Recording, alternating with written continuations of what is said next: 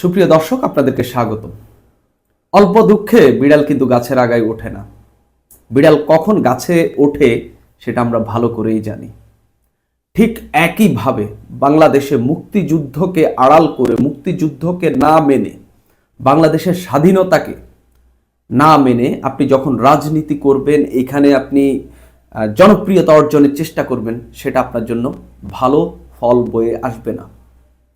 এটাই ধীরে ধীরে বুঝতে শুরু করেছেন শেখ হাসিনার পতনের আন্দোলনে, শেখ হাসিনাকে হটানোর আন্দোলনে বা এই অভ্যুত্থানের যাকে মাস্টার মাইন্ড হিসাবে অনেকেই চিহ্নিত করেছেন, সেই মাহফুজ আলম, যেই লোকটি উপদেষ্টা হিসাবে শপথ নেওয়ার পরদিন বঙ্গভবন থেকে তার বঙ্গবন্ধু শেখ মুজিবুর রহমানের ছবিটি নামিয়ে ফেলেছেন।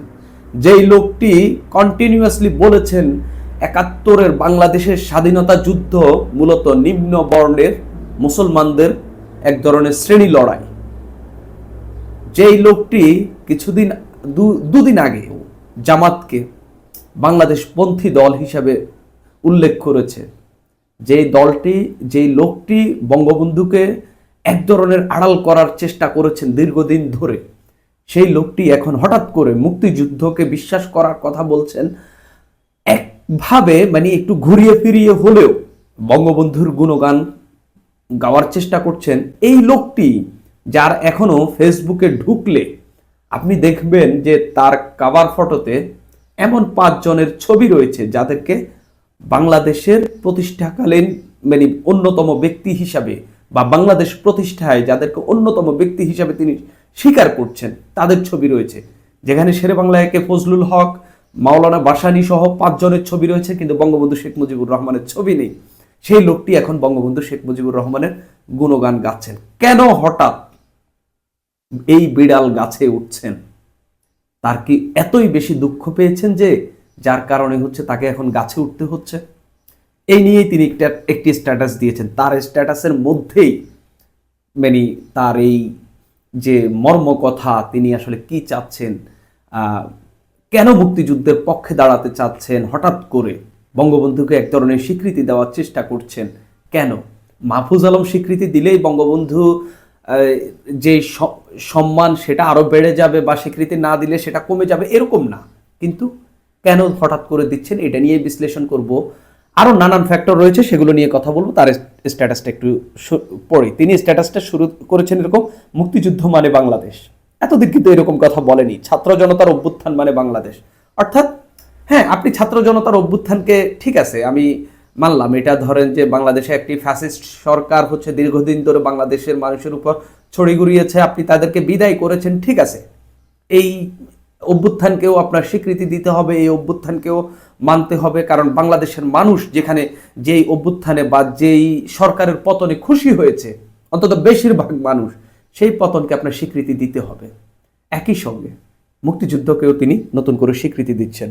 মুক্তিযুদ্ধের পর কি হয়েছে তা নিয়ে সমালোচনা করুন, ইতিহাস পর্যালোচনা করুন, কোনো সমস্যা নেই। এমনকি মুক্তিযুদ্ধের সময় কি কি ঘটেছে তা নিয়ে তর্ক হতেই পারে, কিন্তু সেসবই হবে মুক্তিযুদ্ধকে মেনে নিয়ে। আপনি যাই করেন, মুক্তিযুদ্ধকে মানতে হবে।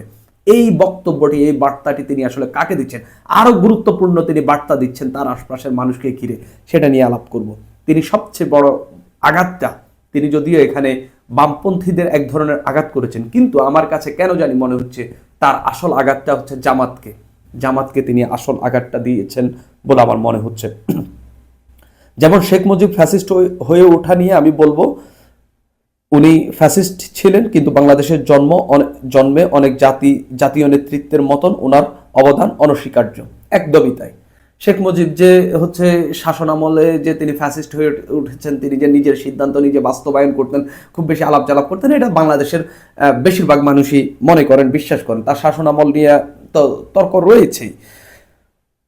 কিন্তু যে মাহফুজ আলম কিছুদিন আগেও বাংলাদেশের বাংলাদেশ সৃষ্টির বা বাংলাদেশের স্বাধীনতা অর্জনের জন্য যারা গুরুত্বপূর্ণ ব্যক্তি, যার মধ্যে শেখ মুজিবকে রাখার চেষ্টা করেননি, সেই মাহফুজ আলম এখন রাখার চেষ্টা করছেন। তার অবদান অনস্বীকার্য, তাই আমরা 72 পূর্ব শেখ মুজিবুর রহমানের প্রাপ্য গুরুত্ব দিব।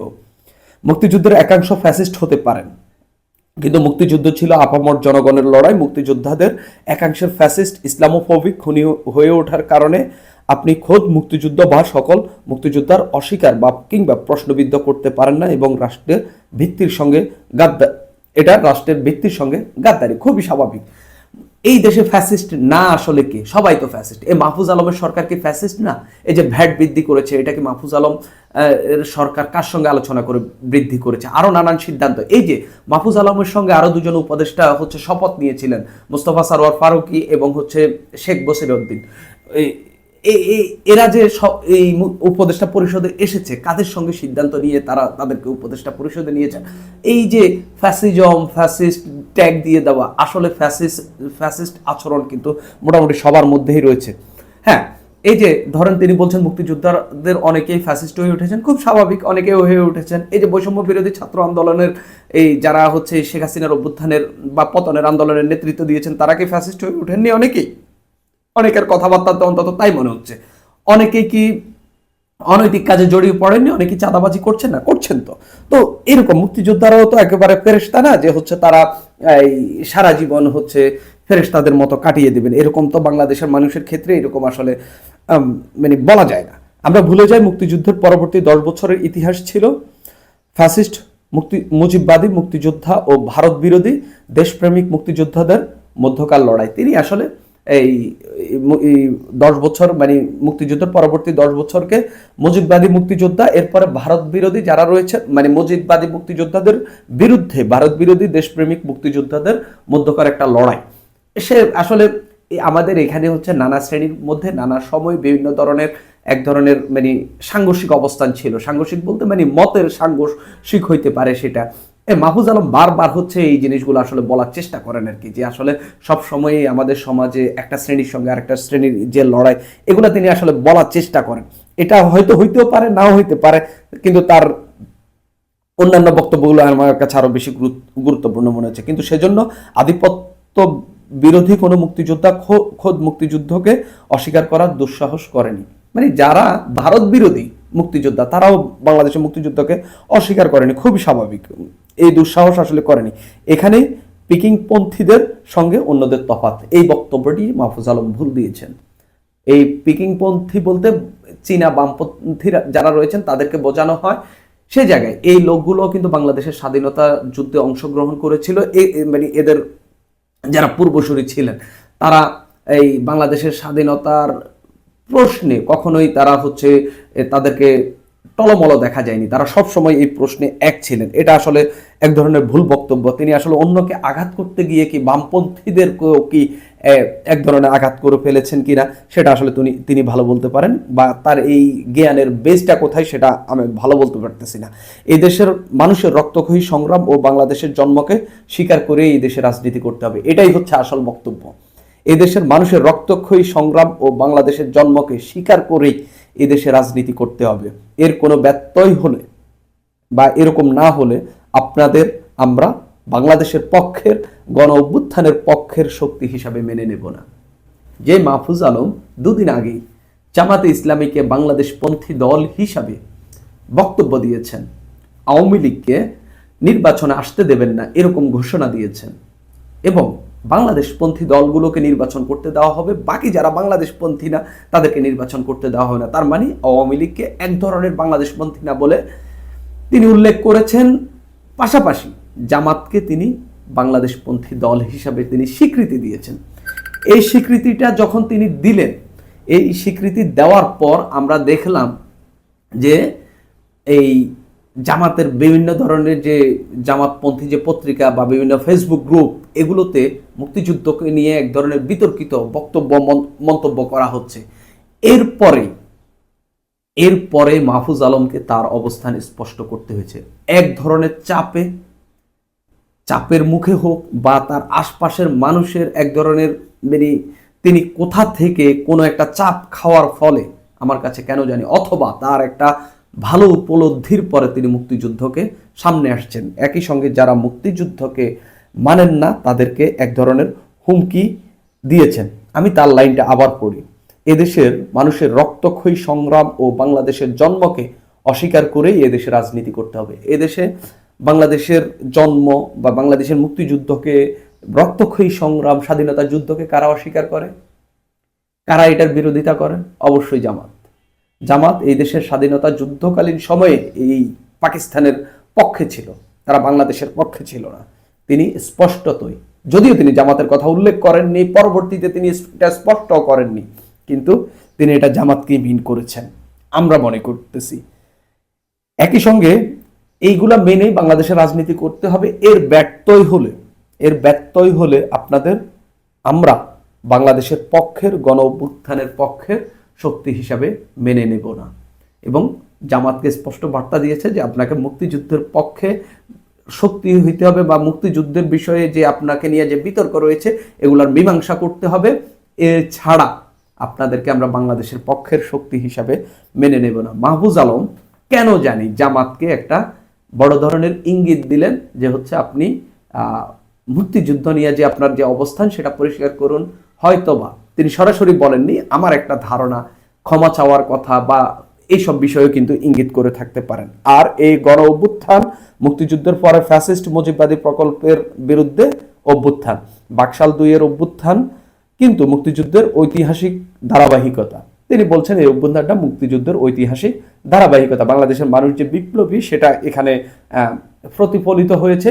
একই সঙ্গে মানুষ যে হচ্ছে এই একদলীয় শাসনতন্ত্র এগুলো মেনে নিতে চায় না, বা বাংলাদেশের মানুষ যে স্বাধীনতা গণতন্ত্র চায়, এটাই এর বাস্তবায়ন হয়েছে এই অভ্যুত্থানে, যেটা আমরা 1971 সনেও করেছি। এই গণ অভ্যুত্থানে বরং শেখ পরিবার ও মুজিববাদী প্রকল্প থেকে মুক্তিযুদ্ধ রিক্লেমড হলো।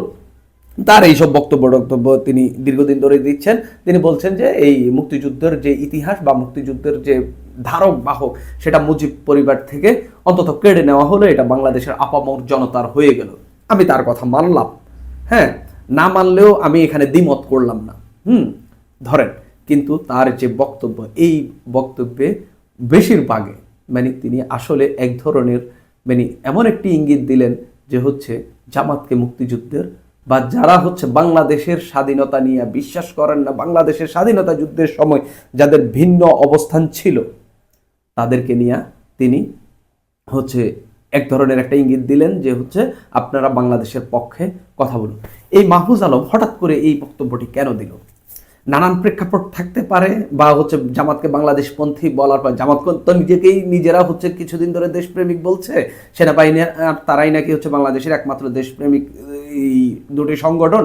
তো সেই জায়গা থেকে জামাত কিন্তু হচ্ছে এই দেশপ্রেম সেটা হচ্ছে এইসব বুলিয়া আওড়াইয়া উঠছে আর কি। তো সেই জায়গায় যখন মাহফুজ আলম বললেন জামাত বাংলাদেশপন্থী দল, এরপরে হচ্ছে জামাতের আসলে এই হচ্ছে এক ধরনের বড় ধরনের স্বীকৃতি পাওয়া শুরু হলো মনে করলো।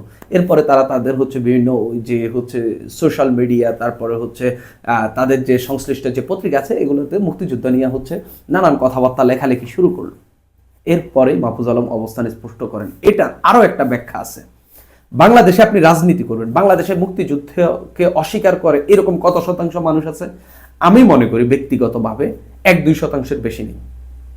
আমি মনে করি যারা একেবারে বিরোধিতা করেছিল, যারা একেবারে বাংলাদেশের স্বাধীনতা 1-2% আছে কিনা আমার সন্দেহ। কিন্তু বাংলাদেশে ধরেন মুক্তিযুদ্ধ বিষয়ে ওইরকম ধরেন জ্ঞান রাখে না, বা হচ্ছে এগুলার প্রশ্নে তাদের কোনো কিছু যায় আসে না, এরকম মানুষদেরকে বাদ দিলে বাংলাদেশে অন্তত 70% কম করে হলেও মানুষ মুক্তিযুদ্ধের পক্ষে অনড়। আপনি আওয়ামী লীগের বিরুদ্ধে নানা ধরনের আপনি কথা বলতে পারেন, আপনি অনেক অভিযোগ করতে পারেন, খুবই স্বাভাবিক, তাদের অনেক অপকর্ম রয়েছে, কিন্তু মুক্তিযুদ্ধের প্রশ্নে তারা অনড়। বিএনপি নিয়ে হচ্ছে আওয়ামী লীগ নানা ধরনের প্রপাগান্ডা ছড়াইলেও গত 6 মাসে বিএনপি প্রমাণ করে দিয়েছে আওয়ামী লীগ এই দেশে না থাকলেও বিএনপি এই দেশের মুক্তিযুদ্ধের ধারক বাহক, অথবা আওয়ামী লীগ থাকলেও বিএনপি এই দেশের মুক্তিযুদ্ধের ধারক বাহক। মুক্তিযুদ্ধের প্রশ্নে বিএনপি আপোষ করার মতো দল নয়। আপনি এই দুটি দলই যদি বাংলাদেশের সবচেয়ে বড় দল হয়, তাদের সমর্থক যদি হচ্ছে কম করে 70% হয় দুটি দল মিলিয়ে, আপনি আর এই যে 70% মানুষ মুক্তিযুদ্ধের প্রশ্নে অনড়, তাহলে এই দেশে আপনি রাজনীতি করতে হলে আপনাকে কি করতে হবে? এই মুক্তিযুদ্ধের প্রশ্নেই আপনাকে মীমাংসা করতে হবে, এই মুক্তিযুদ্ধের প্রশ্নেই আপনাকে এক হতে হবে, এই মুক্তিযুদ্ধকে আপনাকে স্বীকার করতে হবে। মাহফুজ আলম নানান বক্তব্য দিয়েছেন, বঙ্গবন্ধু শেখ মুজিবুর রহমানের ছবি ফেলে দিয়েছেন, বঙ্গবন্ধুকে তিনি স্বীকৃতি দিতে চাননি, তার স্বীকৃতিতে কিছু যায় আসে না যদিও, কিন্তু দিতে চাননি। কিন্তু এখন যখন তিনি দেখলেন, তিনি আমরা দেখলাম সর্বশেষ এই প্রথমবারের মতো জনসম্মুখে কোনো জনসমাবেশ করলেন, যেটা তিনি চাঁদপুর টাঁদপুর হইয়া লক্ষ্মীপুর গেলেন। এরপরেই তার মধ্যে একটা উপলব্ধি এলো যে আসলে রাজনীতি করতে হলে মুক্তিযুদ্ধের পক্ষে থাকতে হবে।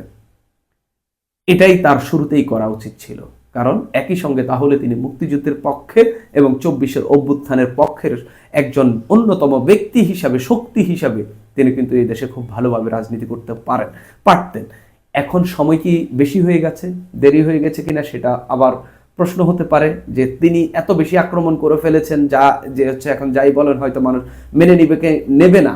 তার সময় শেষ হয়ে গেছে কিনা, এখন সাধন হবে কিনা সেটা নিয়ে প্রশ্ন হতে পারে। একই সঙ্গে এখানে আমার কাছে আরো একটি বক্তব্য খুবই গুরুত্বপূর্ণ, কথা খুবই গুরুত্বপূর্ণ। সর্বশেষ আমরা দেখলাম বৈষম্য বিরোধী ছাত্র আন্দোলনের আহ্বায়ক হাসনাত আবদুল্লাহকে ঢাকা বিশ্ববিদ্যালয় এরিয়ায় নীলক্ষেতে আশপাশেই হচ্ছে তাকে প্রায়, তিনি একটি মব থামাতে গিয়ে প্রায় মারধরের শিকার হচ্ছিলেন, প্রায় মার খাননি কিন্তু প্রায় শিকার হচ্ছিলেন। এই জায়গা থেকে একটা জিনিস স্পষ্ট হচ্ছে যে এই গণ অভ্যুত্থানে যারা নেতৃত্ব দিয়েছেন তাদের গ্রহণযোগ্যতা, তাদের প্রাসঙ্গিকতা কোন জায়গায় গিয়ে ঠেকছে। কেননা তারা এই অভ্যুত্থান করে বা হচ্ছে শেখ হাসিনার পতন ঘটিয়ে যেভাবে দেশের মানুষের আস্থাভাজন হয়েছিল, যেভাবে মানুষের পছন্দের জায়গায় এসেছিল, পরবর্তীতে বিতর্কিত কর্মকাণ্ডের মধ্য দিয়ে তারা কিন্তু তাদের সেই আস্থা হারিয়েছে। মুক্তিযুদ্ধের প্রশ্নে তারা যখন হচ্ছে নানান বিতর্কিত কথা বলা শুরু করেছিল, তখন থেকেই তাদেরকে মানুষ আসলে আস্থার জায়গায় আর রাখছিল না। সেই জায়গায় এখন নতুন করে তাদেরকে ভাবতে হচ্ছে, তারা যদি এখানে রাজনীতি করতে হয় এইসব বিষয়ে তাদেরকে নতুন করে সিদ্ধান্ত নিতে হবে। আমি মনে করি বৈষম্য বিরোধী ছাত্র আন্দোলন রাজনীতি করুক, তারা আসুক, তারা একটা অভ্যুত্থানের শক্তি, তারা শেখ হাসিনার পতন ঘটিয়ে এই দেশের মানুষকে, তাদের নেতৃত্বে পতন হয়ে শেখ হাসিনার পতনের পরে এই দেশের মানুষ এক ধরনের মুক্তি লাভ করেছে, তারা ভালোভাবে রাজনীতি করুক। তারা সব কিছুর বিভাজন থেকে বেরিয়ে তারা মুক্তিযুদ্ধকে মেনে নিক, স্বাধীনতাকে মেনে নিক, সব কিছুই মেনে নিয়ে তারা ভালোভাবে রাজনীতি করুক, এই প্রত্যাশাই আমি করি। সুপ্রিয় দর্শক, আজ এই পর্যন্তই।